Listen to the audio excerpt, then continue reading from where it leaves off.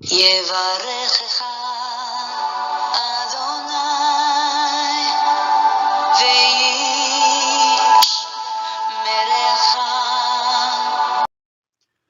וישמרך. 바레크카 아도나이 베이시메레카. 사랑하는 성도 여러분, 오늘 하루도 전지전능하신 임마누엘의 하나님께서 여러분에게 복을 주시고 여러분을 안전하게 지켜주시기를 축복합니다. 아멘. 할렐루야. 우리의 자비로우신 아버지 되신 여호와 하나님을 송축합니다. 온 만물의 창조주이신 여호와, 그 언약을 지키시는 여호와 하나님, 우리 아버지를 찬양하며 송축합니다. 우리 주 예수 그리스도 그 존귀하신 이름을 이 아침에 찬양합니다. 우리 안에서 오늘도 열심으로 일하시며 잃어버렸던 하나님의 형상을 회복하시고 예수 그리스도의 성품을 꼭 닮은 새 피조물로 우리를 다듬어 가시는 성령님의 그 역사, 저주받은 이 세상 나라를 그리스도의 나라로 회복해 가시는 성령님의 놀라운 그 역사하심을 찬양합니다. 오늘 1189 성경 장별 강의 191번째 시간입니다. 오늘은 여호수아 4장 말씀을 함께 공부하도록 하겠습니다. 오늘 제목의 말씀은 요단강 도하를 기념하는 기념비 건립입니다. 우리가 어저께 3장에서 하나님의 인도를 따라 기적의 도우심을 받아 요단강을 건넌 이스라엘 백성들에 대해서 살펴보았습니다. 오늘은 하나님께서 이 놀라운 기적과 이적을 베푸셔서 자기 백성을 이렇게 인도하여 요단강을 건너게 하신 이 놀라운 역사를 두고두고 기념하라고 말씀하시며 기념비를 세우라고 명령하십니다. 오늘 이 내용을 우리가 살펴보면서 하나님께서 왜 이렇게 명령하시는지, 또 우리가 이 말씀을 통하여 어떻게 삶 속에, 우리의 신앙 속에 적용하며 살아야 하는지, 오늘 여호수아 4장에 나타나는 우리 하나님은 어떤 분이신지, 이런 내용들을 가지고 오늘 함께 공부하도록 하겠습니다. 자, 우리 1장에서 새 지도자 여호수아에 대한 이야기, 그리고 가나안 땅에 들어갈 준비를 하라는 내용을 살펴봤고요. 2장에서 이 가나안 정탐을 위해서 2명의 정탐꾼을 보내고 기생 라합을 만나서 그 생명을 보존받고, 또 기생 라합과 그 언약을 체결하는 모습, 또 기생 라합의 신앙 고백들을 우리가 공부를 했었고요. 어저께 이스라엘 백성들이 요단강을 건너는 장면을 우리가 3장에서 살펴봤고요. 오늘 이제 4장에서 드디어 기념비를 세우는 이 모습을 한번 살펴보도록 하겠습니다. 여호수아 4장의 주제 구절은 7절 말씀입니다. 그들에게 이르기를 요단물이 여호와의 언약궤 앞에서 끊어졌나니 곧 언약궤가 요단을 건널 때에 요단물이 끊어졌으므로 이 돌들이 이스라엘 자손에게 영원히 기념이 되리라 하라 하니라. 자, 요단 강물을 끊으시고 이스라엘 백성을 건너게 하신 놀라운 역사를 두고 영원히 기념케 하기 위해서 하나님께서 이 돌들을 세우라 말씀합니다.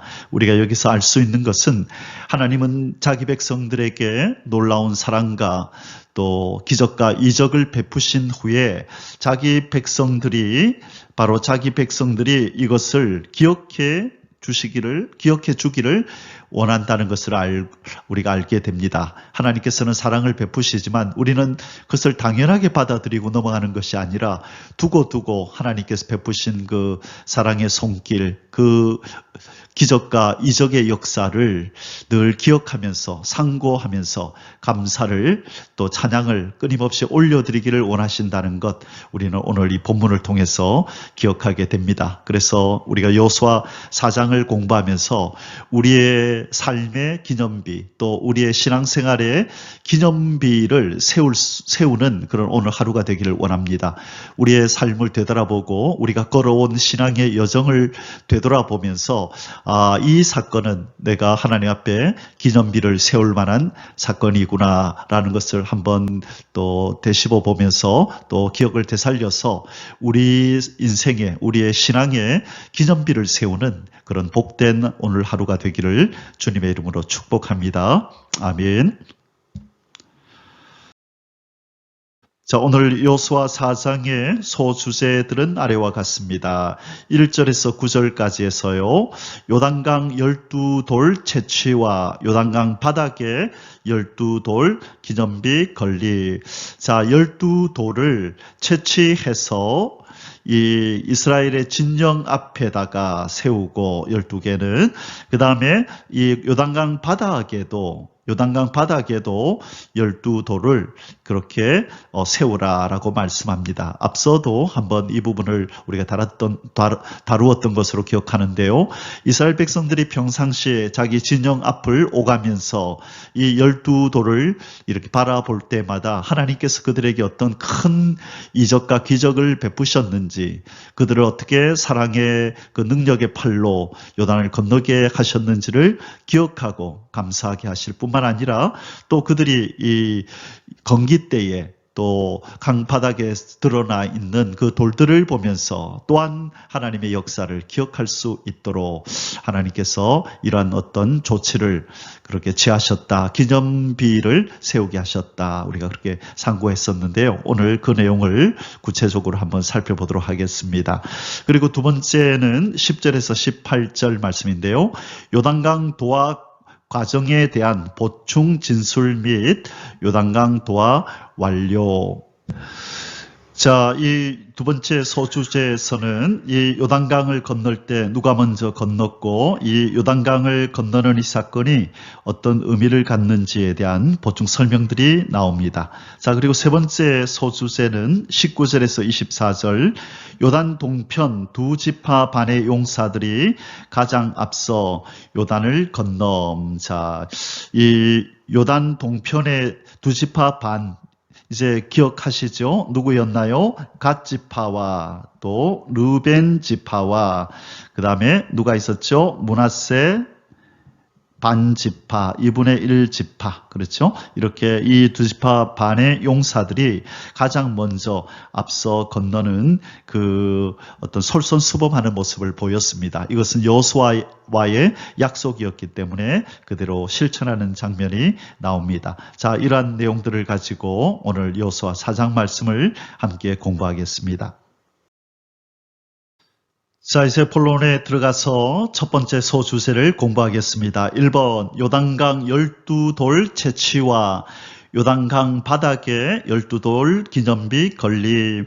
자, 총 24개의 돌을 세웁니다.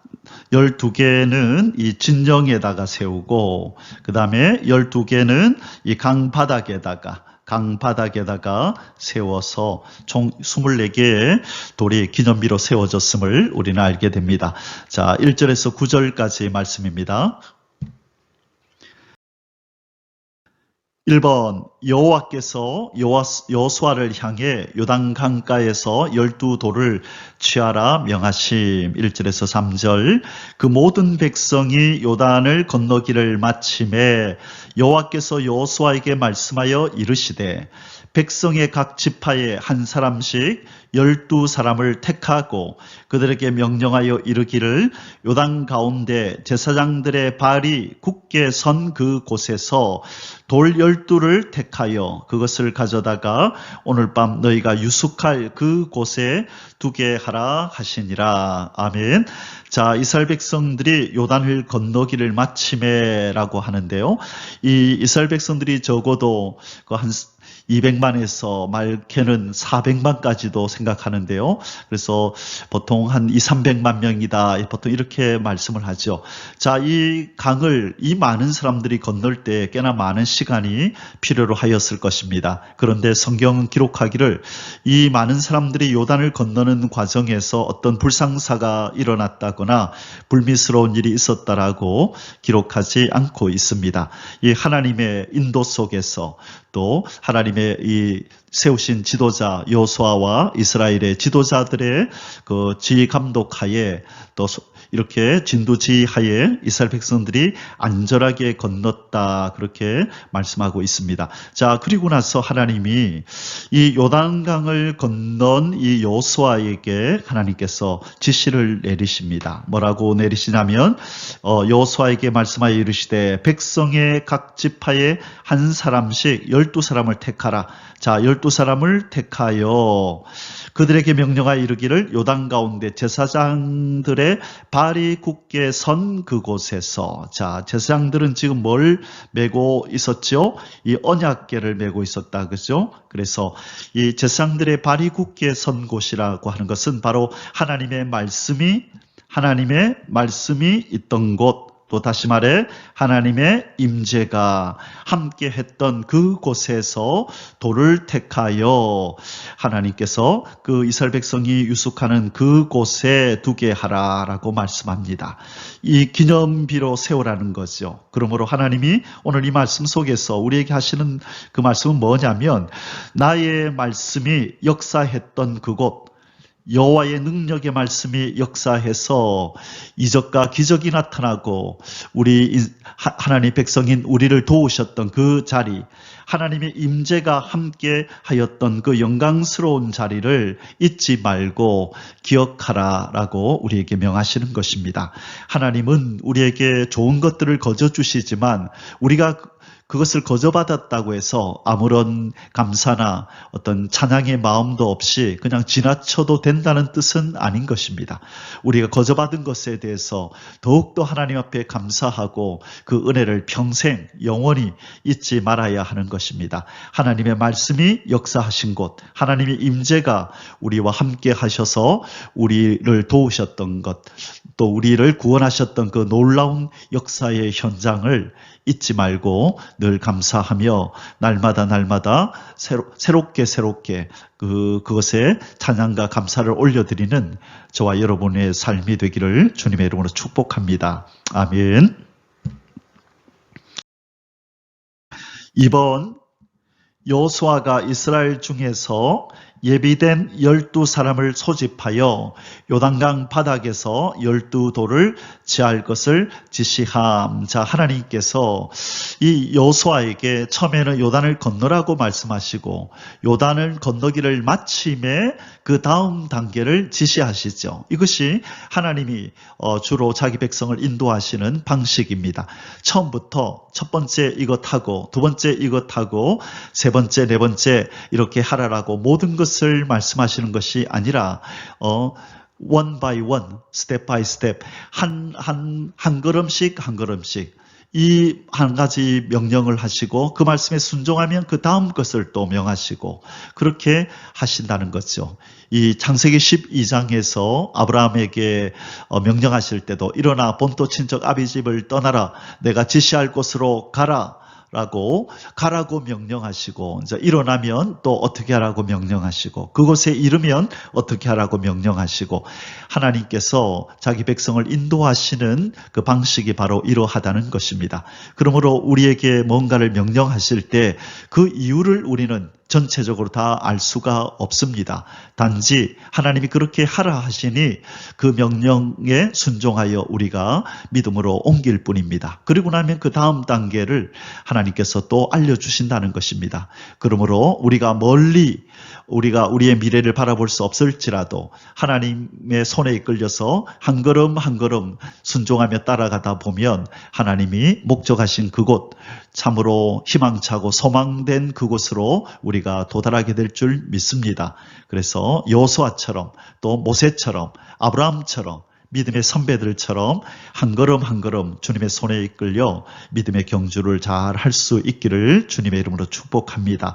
자, 이제 하나님이 여호수아에게 명령하신 그것을 여호수아는 12사람을 소집하여서 그 사람들에게 다시 한번 명령을 전달을 합니다. 4절에서 5절, 여호수아가 이스라엘 자손 중에서 각 지파에 한 사람씩 준비한 그 12사람을 불러 그들에게 이르되 요단 가운데로 들어가 너희 하나님 여호와의 궤 앞으로 가서 이스라엘 자손들의 지파 수대로 각기 돌 한 개씩 가져다가 어깨에 매라. 자, 조금 전에 구절에서는 제사장이 섰던 그곳이라고 묘사했었는데 4장 5절에서는 뭐라고 그 장소를 묘사하나요? 너희 하나님 여호와의 궤 앞으로 가서, 여호와 하나님의 궤 앞으로 가라. 이 제사장들이 섰던 곳이라고 앞에서는 묘사했는데 이번에는 여호와의 궤, 이 언약궤를 직접적으로 언급하고 있습니다. 그래서 여호와 하나님의 언약궤가 있었던 곳, 다시 말해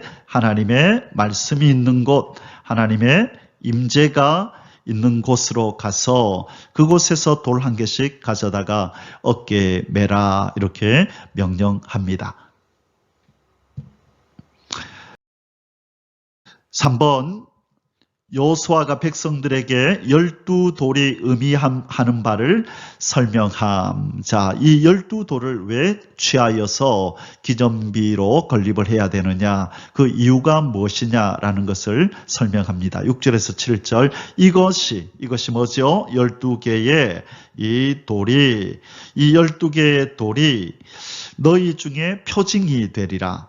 후일에 너희의 자손들이 물어 이르되 이 돌들은 무슨 뜻이냐 하거든 그들에게 이르기를 요단물이 여호와의 언약궤 앞에서 끊어졌나니 곧 언약궤가 요단을 건널 때에 요단물이 끊어졌으므로 이 돌들이 이스라엘 자손에게 영원히 기념이 되리라 하라 하니라. 자, 무엇에 대한 표징이지요? 이 요단물이 끊어진 것에 대한 표징으로 이것을 기념하는 것으로. 자, 그러면 요단물이 어떻게 끊어졌습니까? 라고 또 후손이 물으면 하나님이 기적과 이적을 베푸셨단다. 우리를 사랑하시는 우리 조상들의 하나님 아브라함, 이삭, 야곱의 하나님이 우리에게 기적과 이적을 베푸셔서 그 요단물이 끊어지게 하시고 바로 우리를 건너게 하셨단다. 그래서 우리가 이 돌들을 볼 때마다 우리 하나님이 행하셨던 그 놀라운 기적의 역사를 우리는 기억해야 한단다 라고 말해주라는 것입니다. 자, 그런 면에서 우리의 어떤 신앙의 여정에서도 우리에게 하나님이 베푸신 그 놀라운 기적과 이적, 그 사랑과 은혜를 기념할 만한 표징이 있어야 하는 것이죠. 그 예로서, 비근한 예로서 우리가 이 십자가를 이렇게 십자가의 목걸이를 만들어서 목에 매거나 또 어떤 십자가의 어떤 배지를 이렇게 달거나 하는 것, 어떤 교단에서는 어떤 분들은 이것이 합당하지 않다라고 여겨서 이 예배당 강단 뒤에도 십자가를 붙이지 못하게 하는 경우도 있지만 저는 이 부분이 바람직하다고 생각합니다. 어떤 의미에서 이 표징이 된다는 의미에서 어떤 이것을 숭상하거나 섬기는 의미가 아니라 무엇을 기념하는 거죠? 예수 그리스도께서 하나님이 독생자를 보내어 저 십자가에 그 독생자를 십자가에 못 박아서 나의 구원을 이루어 주셨다. 십자가 곧 그러면 하나님의 사랑이 떠오르고 예수 그리스도의 이 구속의 역사가 떠오르고 바로 나의 구원이 떠오르는 바로 그 매개물이 무엇이냐? 바로 십자가가 될 수 있다는 것이죠. 비단 십자가뿐만 아니라 또 우리가 기념할 만한 어떤 것들로 하나님의 은혜를 기억하는 것, 그 참 좋은 것이죠. 자, 예를 들면 제가 그 하나님의 은혜로 성지순례를 다녀온 이후에 그 산이 어디죠? 그렇죠. 갈멜산.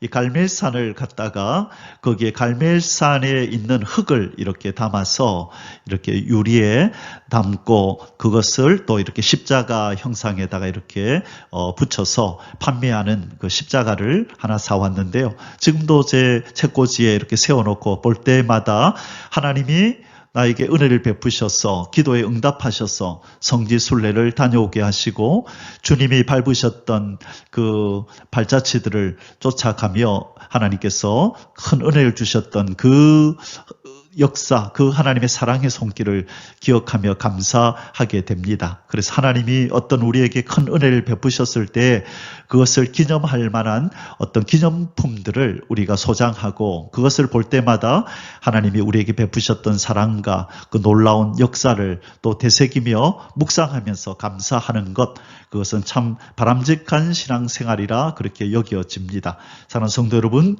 우리도 이스라엘 백성들처럼 하나님이 우리에게 베푸신 놀라운 역사를 기념할 만한 그런 어떤 표징물들을 가능한 한 많이 가질 수 있기를 주님의 이름으로 축복합니다. 아멘.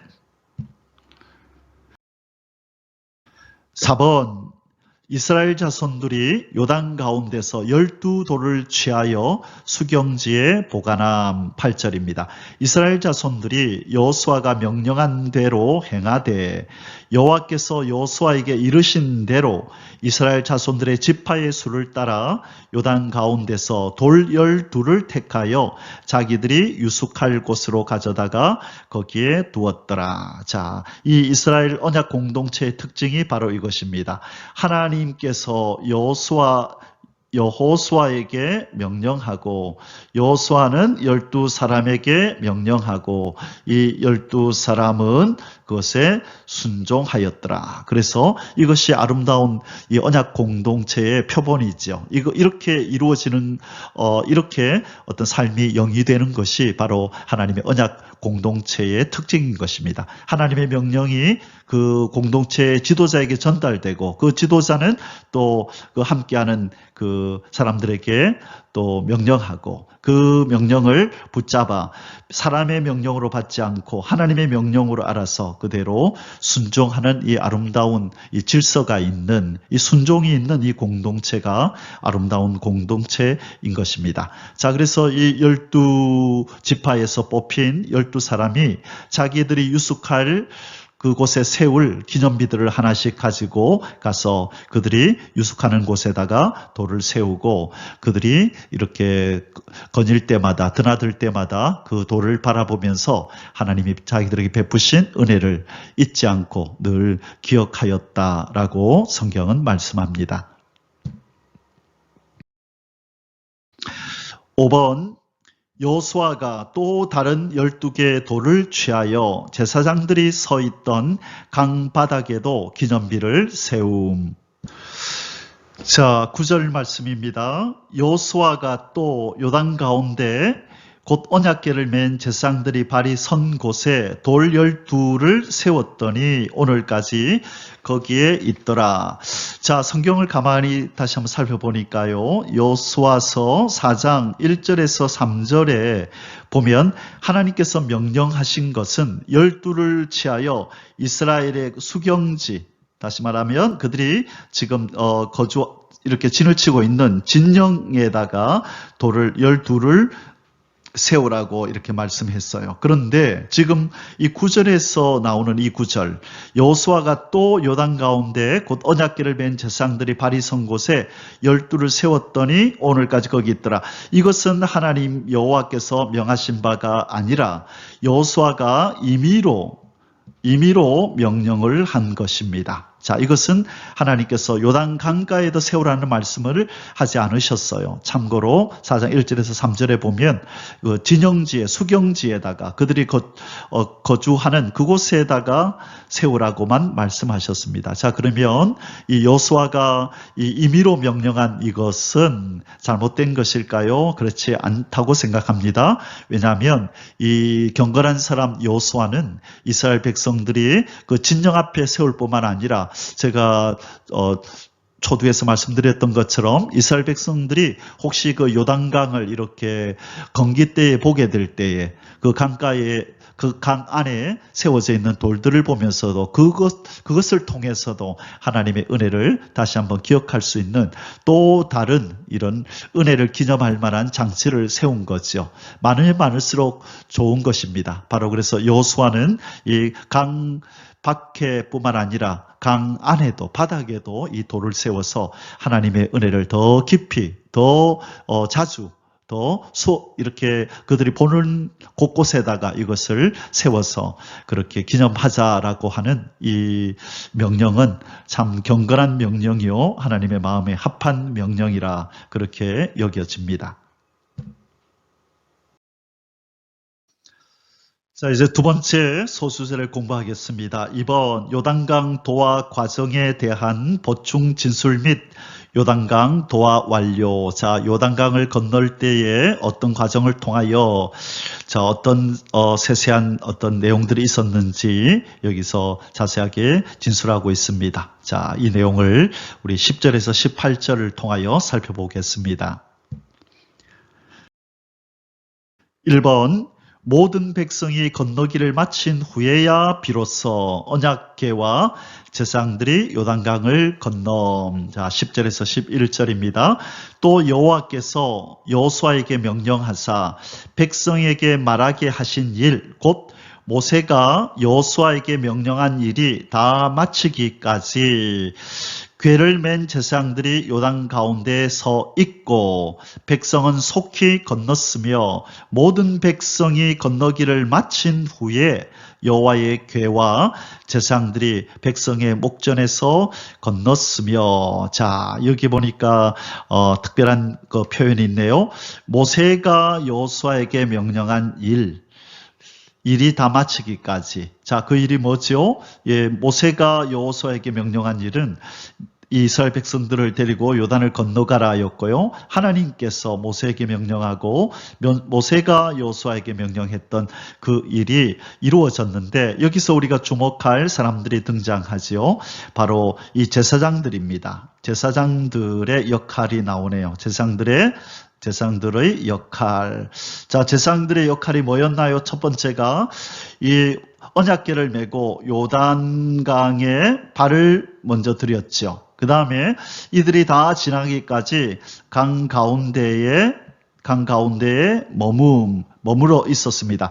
자, 이 강이 멈추었지만 아마 이스라엘 백성들이 지나면서 언제 이 강이 다시 흘러서 자기들을 위협할지 아마 그런 염려가 또 없지 않아 있었을 것입니다. 자, 그런 것들을 불식시키기 위해서 제사장들이 하나님의 언약궤를 메고 강 가운데에 딱 서 있고 이스라엘 백성들이 다 지나가기까지 그곳에 머물러 있었다라고 얘기를 합니다. 자, 여기에서 이제 중요한 내용이 바로 이 영적인 지도자들의 이 충성스러운 사명 완수이죠. 하나님께서 이 레위 지파, 특별히 제사장들에게 바로 이것을 요구하신 거죠.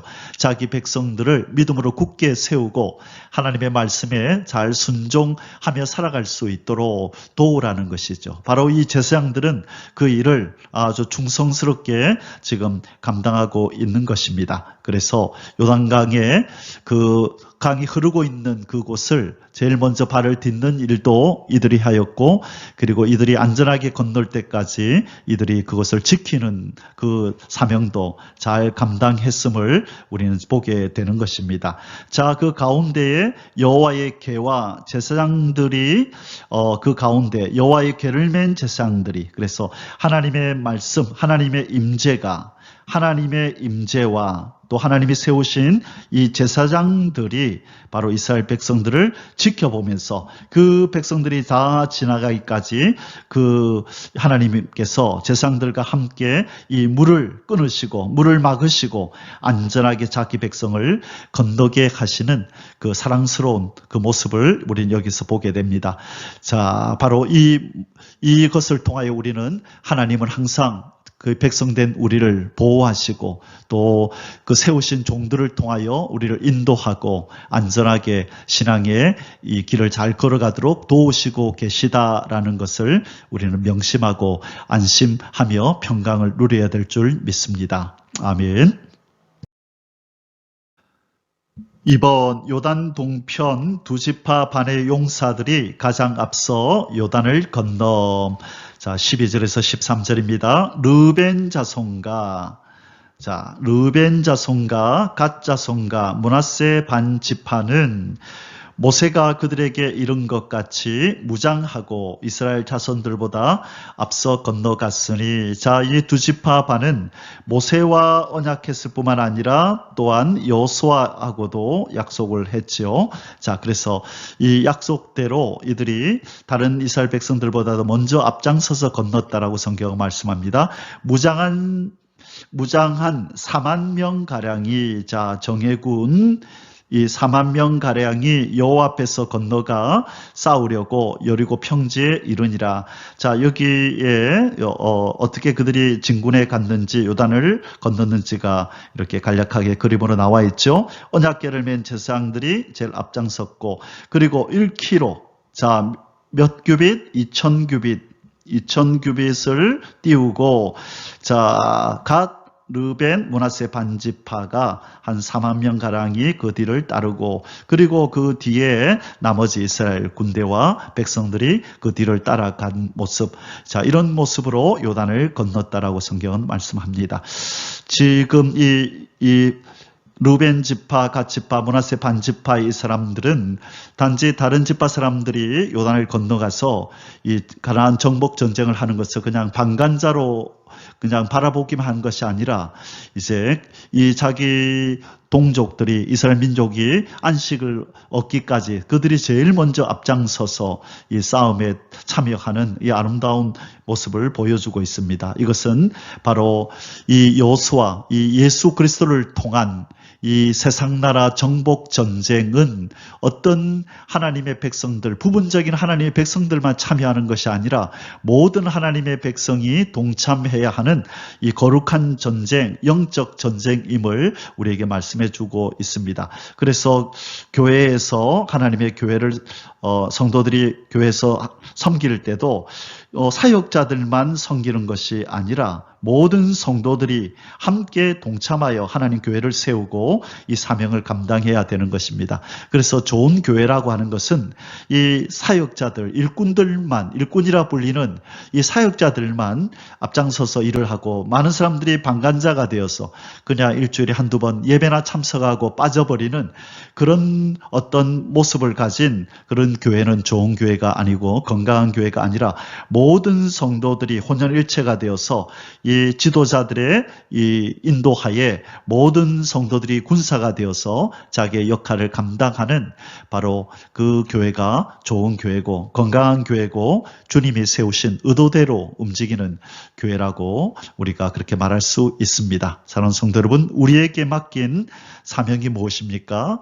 이 교회를 향한 우리의 사명, 그리고 하나님 나라를 세워가는 일에 있어서 우리에게 맡긴 그 사명이 무엇이고 사명의 자리가 어디인지를 우리는 분명히 깨닫고 그 자리에서 최선을 다하고 충성을 다해야 될 줄 믿습니다. 그리할 때 큰 의미에서 하나님의 나라는 건강하게 세워져 가게 되는 것입니다. 이렇게 주님 앞에서 목숨 바쳐 앞장서서 충성하는 저와 여러분이 되시기를 주님의 이름으로 축복합니다. 아멘.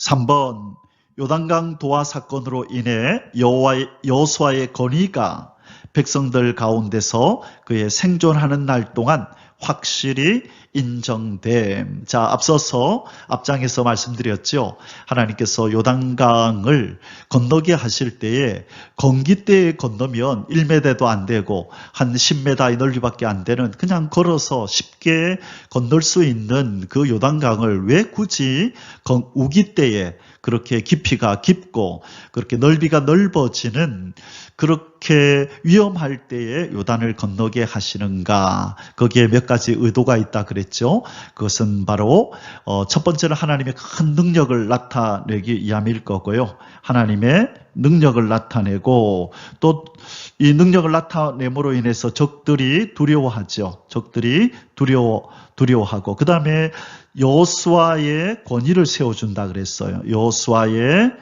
권위를 세워주는 일을 하는 것이고 그 다음에 세 번째로 이스라엘 백성들에게 두고 이 하나님의 능력을 상기시켜서 앞으로 그들이 치르게 될 가나안 7족속과의 전투에서 강하고 담대하게 하려는 의도가 있다. 우리가 짐작할 수 있는 것들은 이런 몇 가지 것이 될 수 있습니다. 자, 그래서 오늘 지금 14절에서 바로 그 얘기를 하시는 겁니다. 그날에 여호와께서 모든 이스라엘의 목전에서 여호수아를 크게 하심에, 자, 여호수아의 지휘하에 지금 요단을 다 안전하게 건넜잖아요. 그것처럼 이로 인하여 여호수아를 하나님이 크게 높이시고 권위를 세워주신 것입니다. 그가 생존한 날 동안에 백성이 그를 두려워하기를 모세를 두려워하던 것 같이 하였더라. 자, 이것이 하나님의 의도요. 하나님이 지도자를 세우시는 방법입니다. 4번, 요단강 가운데 서 있던 제사장들의 철수로 요단강 도하가 완료됨. 자, 요단강 가운데 언약궤를 맨 제사장들이 서 있었고 백성들은 그들을 지나쳐서 다 건넌 후에 요단강 이제 제사장들이 나오고 그러므로 요단강 이제 건너는 모든 일이 완료된 것을 우리는 보게 됩니다. 자, 15절에서 18절입니다. 자, 갑자기 그 내용이 떠오르네요. 타이타닉이라는 그 영화에 보면 타이타닉 여기에 배가 침몰할 때에 이 음악을 하는 그렇죠. 그 연주하는 사람들이 어떤 찬송이었는지는 기억이 잘 안 나요. 내 주를 가까이 하게 하면 그 찬송이었는가요? 그래서 침몰하는 배에서 사람들이 우왕좌왕하고 살기 위해서 막 몸부림을 치고 바다로 뛰어드는 그때에 이 연주하는 이 사람들도 자기 생명도 참 이제 위험에 처한 이 상황에서 자기들도 살고 싶었을 텐데 이 연주하는 사람들이 바이올린과 또 악기를 들고 찬송가를 이렇게 연주할 때에 이 위기에 처한 사람들이 나름 그 마음에 좀 평안을 누리면서 그렇게 지금 이렇게 생명 또 이렇게 조끼를 입고 그렇게 구조 작업에 임할 수 있도록 그렇게 침착함을 유지할 수 있도록 도와줬던 이 연주하는 사람들이 갑자기 떠오릅니다. 참 귀한 사람들이다. 그들의 사명을 잘 감당했다라고 많은 사람들이 이곳에서 살아난 사람들이 이들의 그 아름다운 선행을 그렇게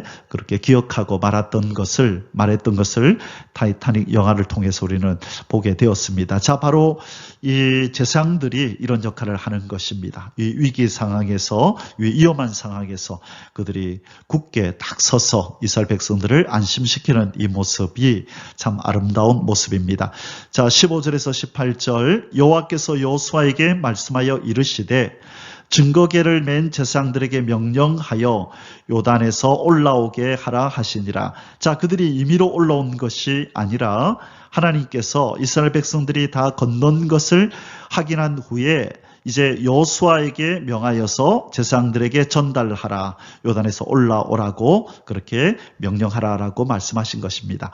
여호수아가 제사장들에게 명령하여 이르기를 요단에서 올라오라 하매 여호와의 언약궤를 맨 제사장들이 요단 가운데서 나오며 그 발바닥으로 육지를 밟는 동시에 요단물이 본 곳으로 도로 흘러서 정과 같이 언덕에 넘쳤더라. 자, 제사장들이 밟는 순간에 강물이 나뉘고 강물이 끊어지고 그렇죠. 먼저 밟을 때에 강물이 끊어졌던 것 우리는 기억하는데 이제 두 번째로 요단 육지를 밟는 순간에 이 강물이 다시 흐르는 장면을 흘러내리는 장면을 우리는 보게 됩니다. 바로 하나님의 말씀이 이 모든 상황들을 좌지우지한다. 하나님의 임재가 이 모든 것이 하나님의 능력이다라고 하는 것을 보여주는 증거로서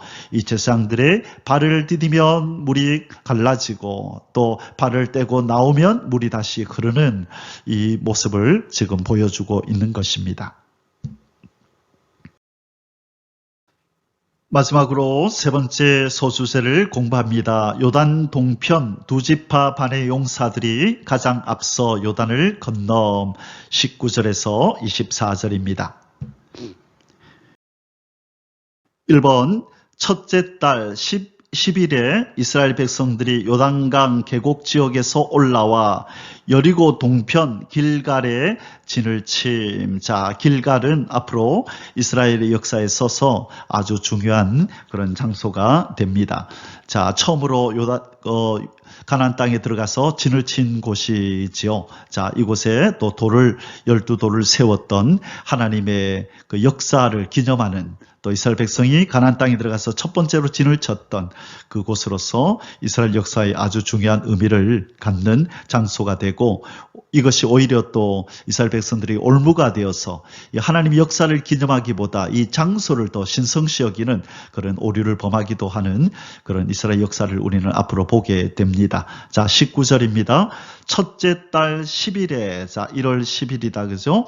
백성들이 요단에서 올라와 여리고 동쪽 경계 길갈에 진침해. 자, 하나님께서 지금 이 요단을 건너는 그 날도 이렇게 계산을 하시는 것 같아요. 보니까. 그래서 조금 있으면 아마 다음 장에서 나오죠. 요수아 5장에 가면 이 첫 번째로 유월절을 지키는 일이 이제 일어나거든요.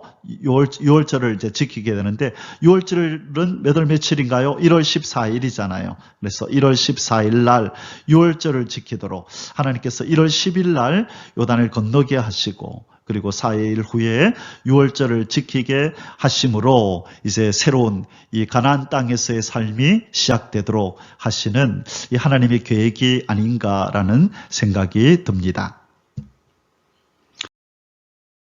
이번 여호수아가 요단강에서 가져온 12돌로 길갈에 기념비를 세움.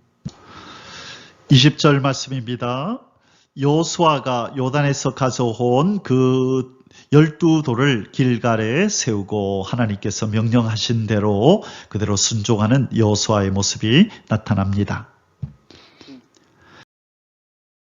3번 오늘 마지막 본문이네요.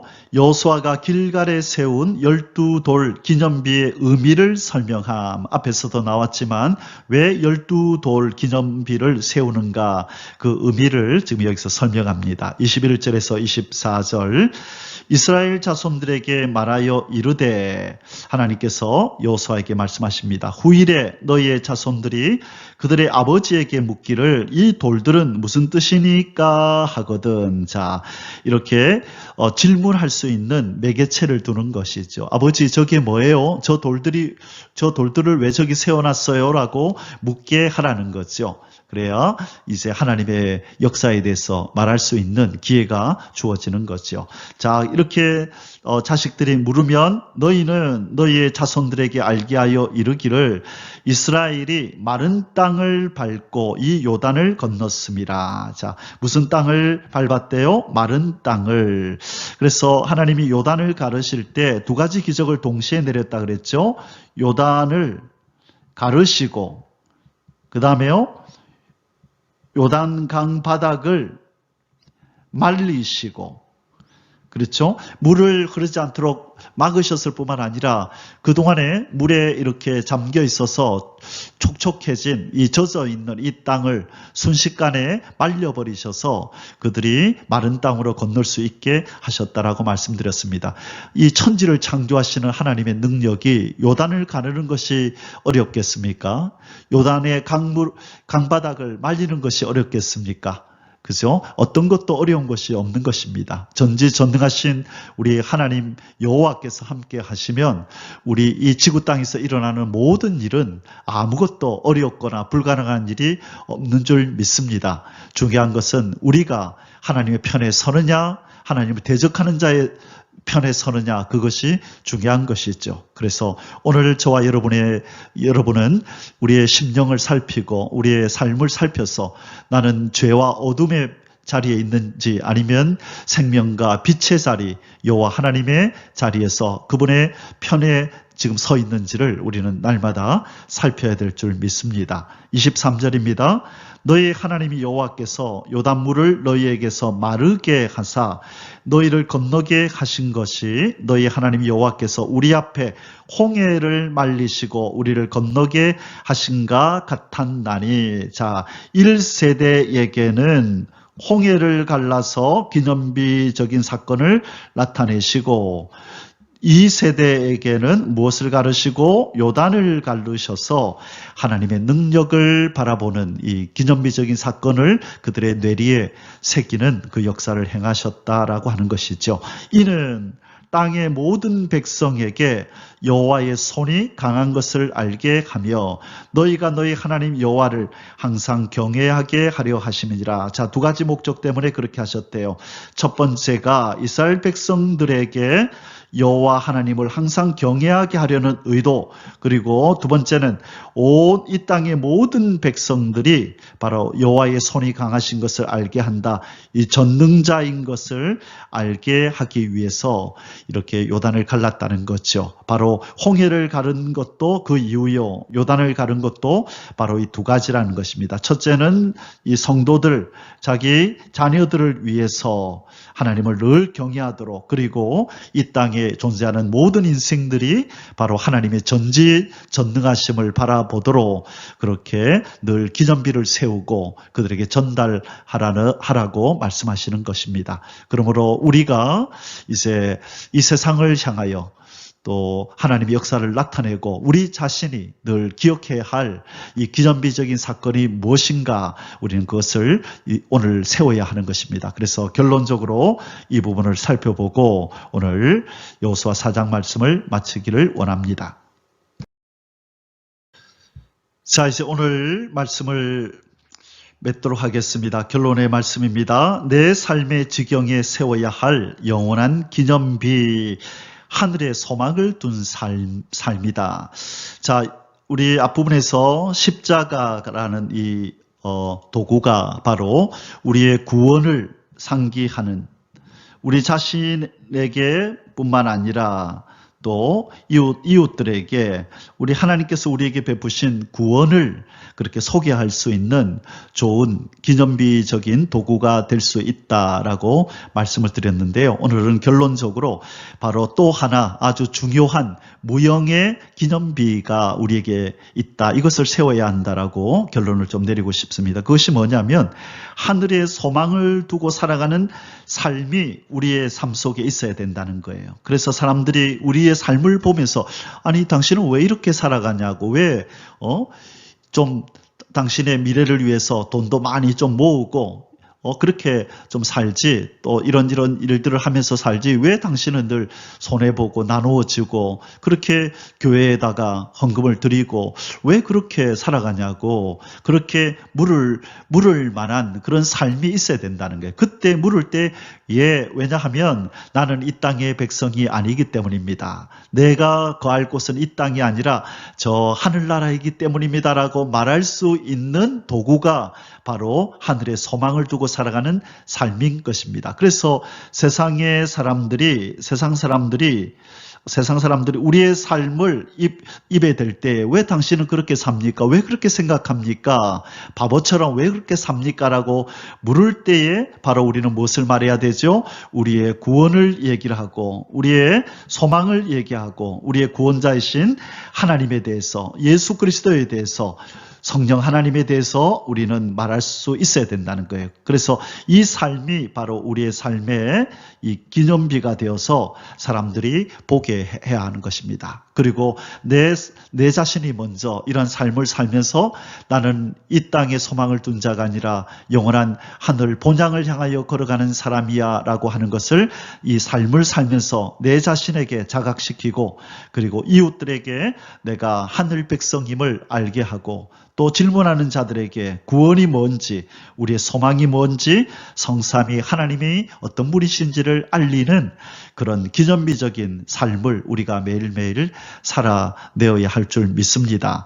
이 돌들은 무슨 뜻이니까 하거든 오늘 우리 본문에 나왔었죠. 21절에서 22절에 이스라엘 자손들에게 말하여 이르되 후일에 너희의 자손들이 그들의 아버지에게 묻기를 이 돌들은 무슨 뜻이니까 하거든 너희는 너희 자손들에게 알게 하여 이르기를, 자 옳거니 때가 좋은 기회다라고 여기라는 거죠.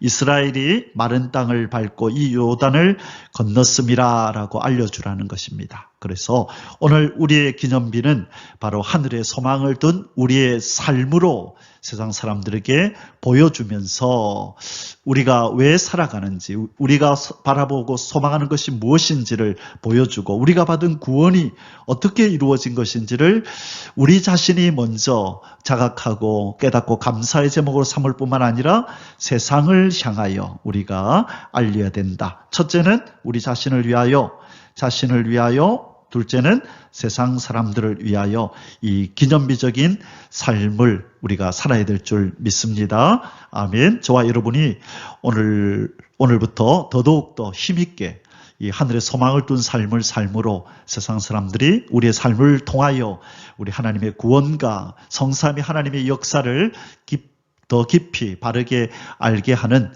그런 놀라운 역사가 나타나기를 주님의 이름으로 축원합니다. 아멘. 할렐루야. יברכך